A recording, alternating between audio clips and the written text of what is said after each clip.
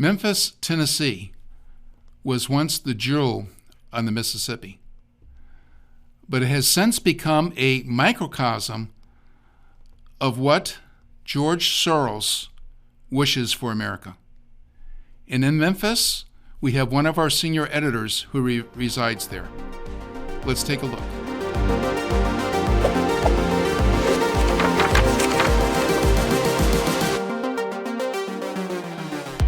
This is Beyond the Cover with your host, Gary Benoit, and today we have with us Rebecca Terrell. Rebecca, welcome to the program once again. Thank you, Gary. It's good to be here. Thank you. Now, of course, Rebecca, you live in Memphis, Tennessee.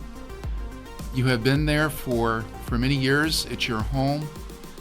And I know from conversations that we have had that you fondly recall Memphis is a one-time jewel on the Mississippi River. But it's not that today, is it? Not exactly. It certainly has been in the past, and it's a very, very important commercial juncture. It's not the geographic center of the United States, but it, along with St. Louis, is kind of the transportation and distribution center of the United States. We cross the Mississippi River, and so there you have it. Yes, once it was a wonderful city, and it's more than 200 years old. It has great, rich history and wonderful people. There are quite a few bad apples that are spoiling the bunch. Which is really very tragic. And you wrote an article recently about those bad apples, and the title of the article, Murder in Memphis, Sends Shockwaves and Warnings Nationwide. Why is what is happening in Memphis now a nationwide story? Well, I've often described Memphis as a sort of microcosm of the vision that George Soros has for the rest of this country, because his agenda has been to defund the police, and another of his agenda is to go soft on crime and release criminals back onto the city streets. In fact, right now in Memphis, we have a newly elected DA that was backed by George Soros money. And he is already preaching even about this murder that has made national headlines. He's already preaching, instead of long sentencing, rehabilitation. The average person on the street would say, oh yes, we need to help these people rather than condemning them. No, we don't. If you look more closely at the situation, what we're talking about in this particular murder, which I'll back up here and give just a brief synopsis of what happened. On September 2nd, a young woman was jogging down Central Avenue in Memphis, which runs through a very nice area of town, jogging about an 8-mile trek. And she was an experienced jogger, had been made state in high school in track, and had qualified for the Boston Marathon. She was very experienced, and this was the route she jogged all day. This day, unfortunately, she was jogging alone. There was a man who drove around a couple of times. We know that from security video. He was waiting for her as she jogged up. He jumped out of his SUV, grabbed her. There was a struggle. He shoved her in the SUV. The vehicle stayed at that site for about another 4 minutes and then drove off.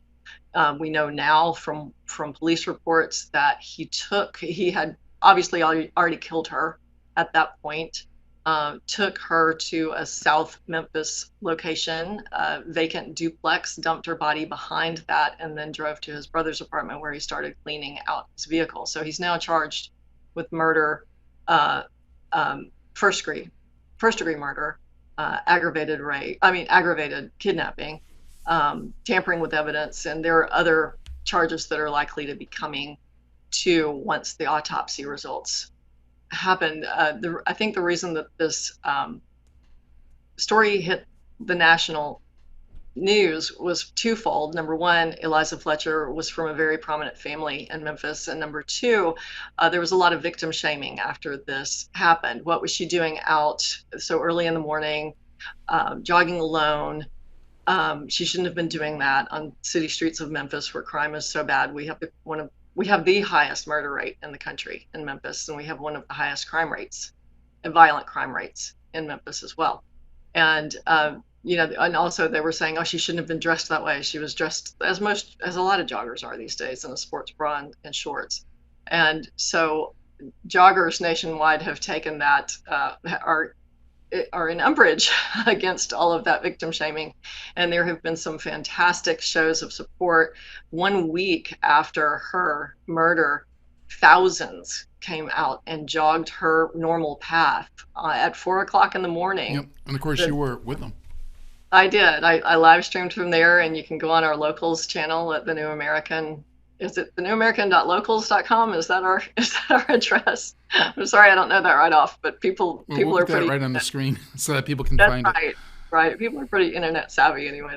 But you can see that it was so touching. There are times when I tried to keep my voice very low because everyone was so reverent. Everyone was so quiet, and holding candles, and certain people were jogging too. We did cheer them, but other than the cheers, when the joggers came by, it was very quiet and reverent, and I tried to keep my voice down.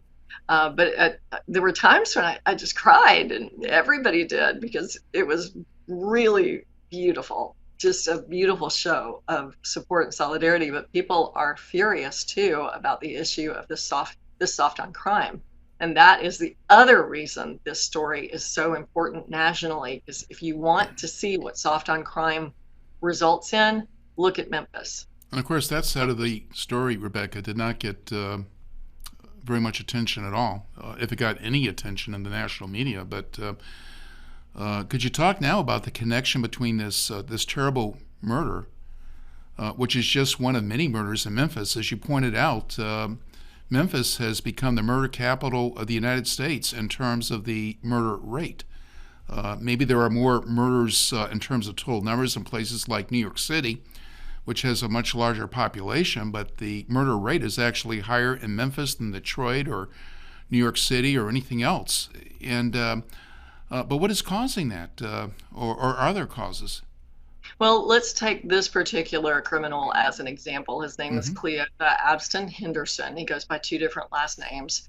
Okay, and he's the person who killed Eliza He's the Fletcher. suspect. He's the one. He's the one who is suspected. And we have video surveillance. We have DNA evidence from evidence gathered at the scene, and we also have cell phone geotracking data to show that he was the one who did this. One day before his, let's just talk about him as a criminal. He started his criminal career at age 11. Committed his first crime of theft. I was told that was a felony. I'm not sure that's true, but it was theft. At 14, he was convicted of rape of a man. Again, I don't have a lot of details on that. Juvenile crimes are kept under more of a shroud of secrecy, not secrecy, but privacy.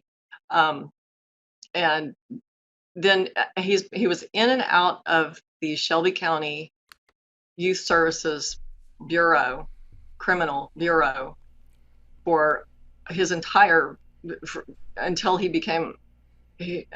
was at the age of majority. In fact, when he was still a minor, he was convicted as an adult of a violent kidnapping of a Memphis defense attorney.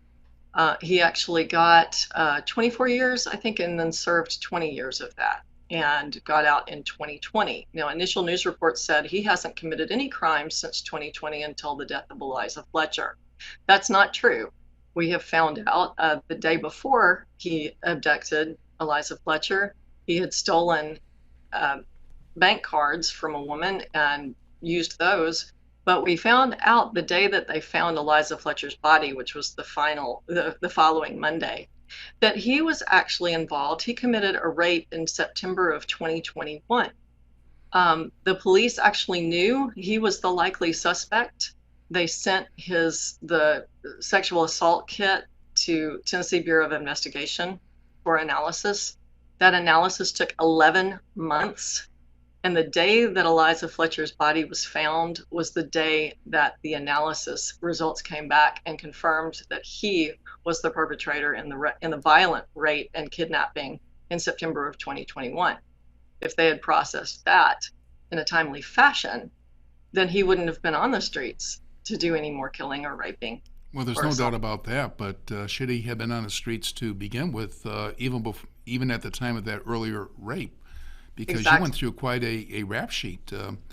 Right. And that's not all. How do you explain the fact that he was walking the streets to begin with?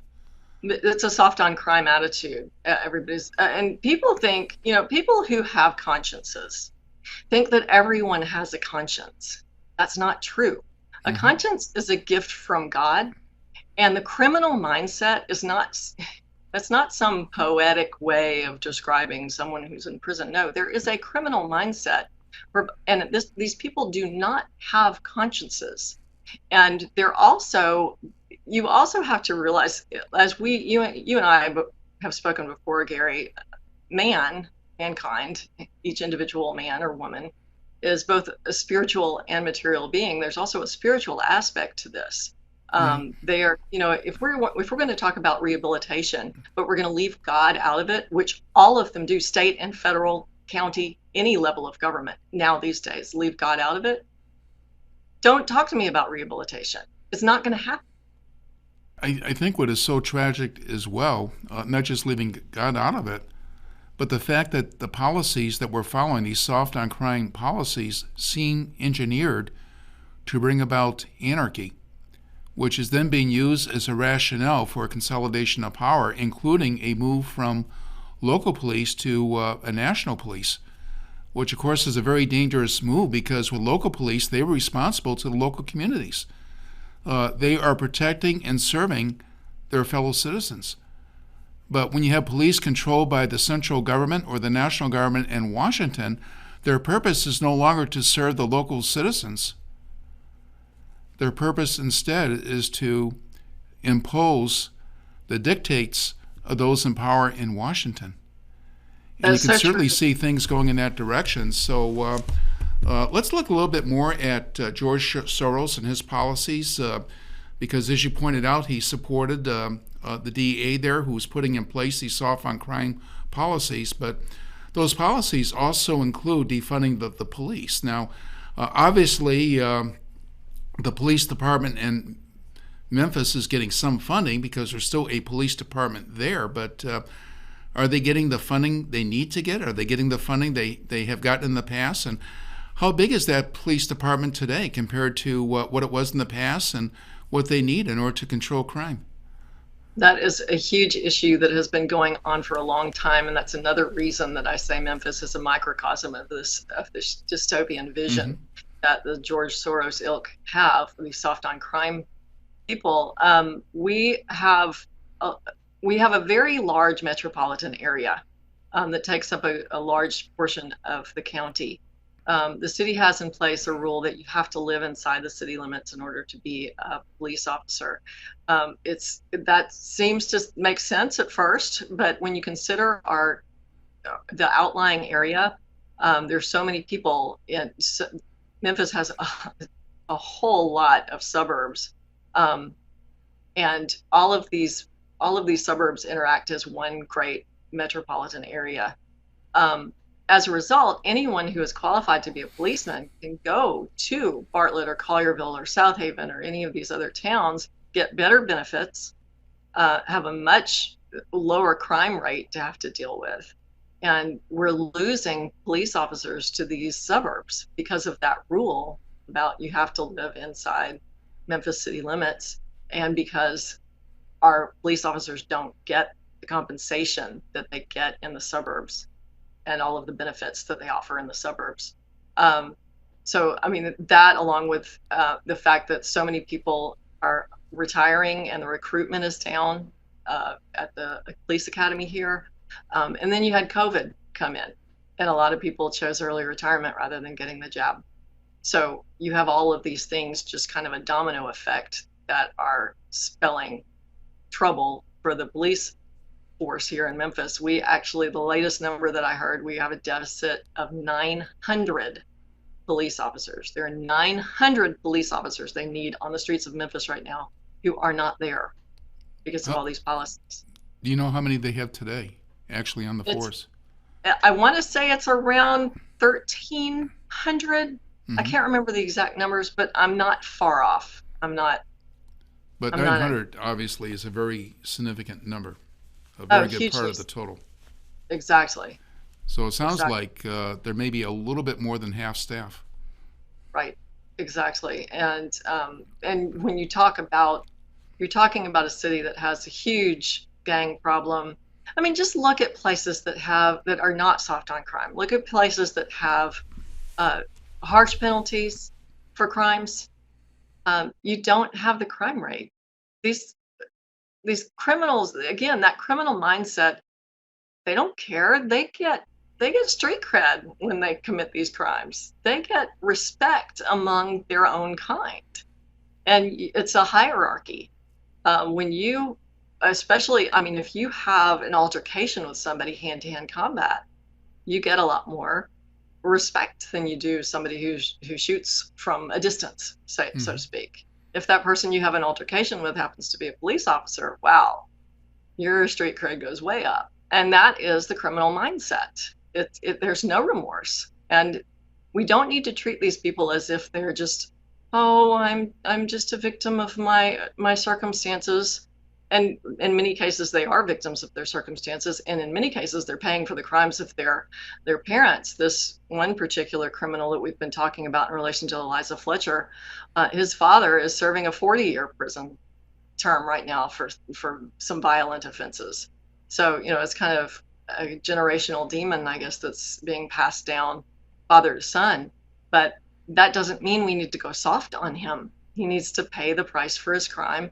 And I say it needs to be, once he has that trial, and is convicted of guilt.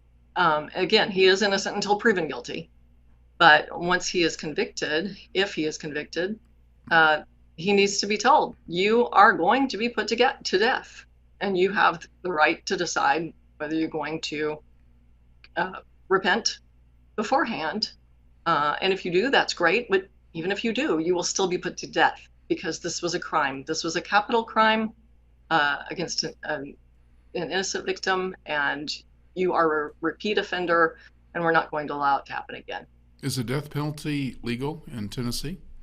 I believe it is. I think Mm-hmm. we have the death penalty in Tennessee. If it's not, then any place where it's not, they're also ignoring God's law, because it does say in the Bible, if anyone sheds another man's life, by man shall his blood be shed. So, and that is, of course, after due process of law. That does not mean go out and be a vigilante and start shooting Right. people who think are guilty of murder or capital crime. One final question, Rebecca. Have you thought about leaving Memphis because of the crime? A lot of people are talking about leaving Memphis. And then there is a group of people who are saying, no, this is our town. We love it. They grew up here. They have families here. They know the rich history of Memphis. And Memphis is a wonderful town. I mean, we have the history of music. This is called the birthplace of America's music. It's also rich in the history of cotton in this country, which plays a huge role in our economy still to this day. And we want to save it. I tend to be on the side of those who want to save Memphis, just like I want to save the country from going down this path that we see that our enemies who are on our own soil are trying to take us. So that's what we do. That's what we do here at the New American, and that's why Right. we work And of hard in course, the you're job. obviously very hopeful that we can save both Memphis and the country. We don't want the country to become like Memphis is today, but we want Memphis and the rest of the country to become great once again. Absolutely. Well, I'm hopeful because God always wins in the end, but he does not win with us in our easy chairs. We have to get out and get active and do our part, and he will take care of us in the long run. But we have to do our part and get our hands dirty and dig in and get something done. Great. Well, thank you very much, Rebecca. Delightful always to be able to talk to you. Thank you, Gary.